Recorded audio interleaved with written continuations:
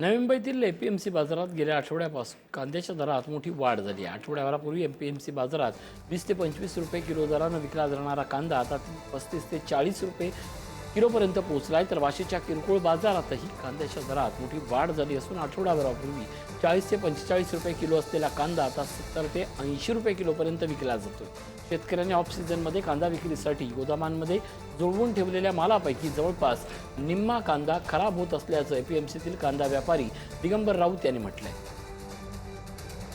दिवसापूर्वी कांदा 25-30 रुपयाच्या लेवलमध्ये विकायचा, म्हणजे महिन्यापूर्वी तुम्ही बोलला असता तर 20 ते 30 रुपये असा कांदा विकायचा।